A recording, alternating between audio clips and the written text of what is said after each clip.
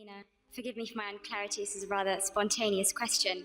I have a friend, she's an atheist, and on our endless debates on the existence of God and all that we talk about, she has two claims. She makes two claims. When I pose her with the question of what the Quran says in terms of the existence of the universe and the world and how it states many facts, she turns around and she says, well, that knowledge was not just for the Quran, it actually existed before the Quran. There's scriptures, there is books before the Quran was even written, detailing information about the universe. So it's not just this knowledge that is superior to the Quran. What do I say back to that? Is she lying? Do scriptures exist? I mean, I have ignorance myself, but is this knowledge, was this available before the Quran was written? And secondly, another claim she makes is that I give the analogy of, you have something in creation, who knows it? The creator will know about everything about it. And I talk about, if there is no God, how can we possibly exist? If you keep on going further and further and further and back, there's no end. And if there's no end, how do we exist? Then she says, well, from a religious point of view, you say, well, God is the end. Well, I say as an atheist, who says God is the end? Who created God? That's my question. Thank you. This has for two questions which are again common. The first question is that all the things mentioned in the Quran were already present before. So what's new? It's present in other scriptures and other books, etc. That's the first question. The second question is, who created God? As far as the first question is concerned, I do agree that certain things were present in time before the Quran, but they were not called as established facts. They were not called as established facts. For example, the thing I quoted, that the sun, previously people thought that the sun rotating.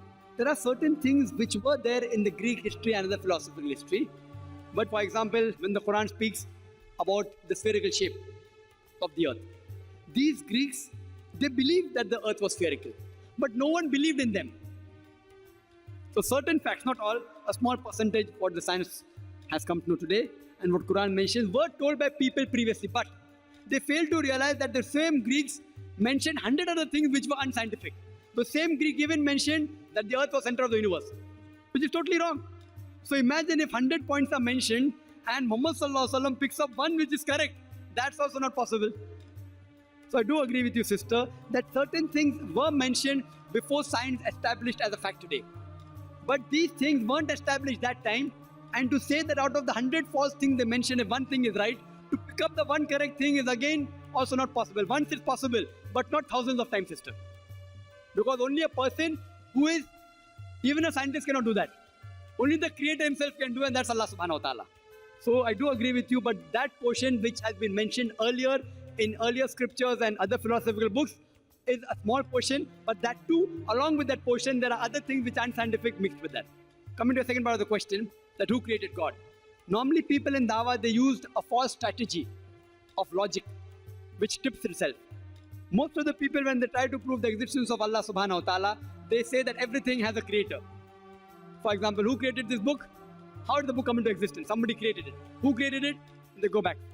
Where did you come into existence? Who created you? Your father. Who created your father? The grandfather. And then goes to God. Who created this microphone? Created the factory. Who created the factory? And then they try and prove who created the sun? God. Who created the moon? So based on this, they try and prove that everything has a creator, which according to me is a wrong logic. In my strategy, what I spoke today, I never said everything has a creator. That is the atheist who told me that the first person who will tell about the mechanism of this thing is the creator. I never said that.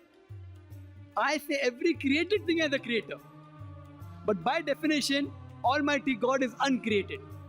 It is like there's a person, suppose my friend, he comes and tells me that my brother John was admitted in the hospital.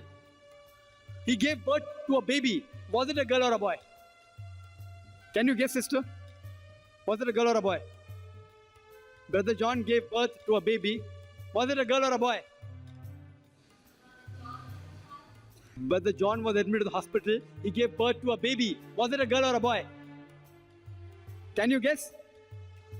You can't guess. Can anyone guess? How can a man have a baby? So to ask the question, he gave birth to a baby, was it a girl or a boy, is illogical. The same thing, the definition of Allah is uncreated. The moment you say who created Allah, he ceases to be Allah. Therefore, the definition of God is uncreated. Therefore, Almighty God has got no creator, if He is a true Almighty God. Hope that answers the question.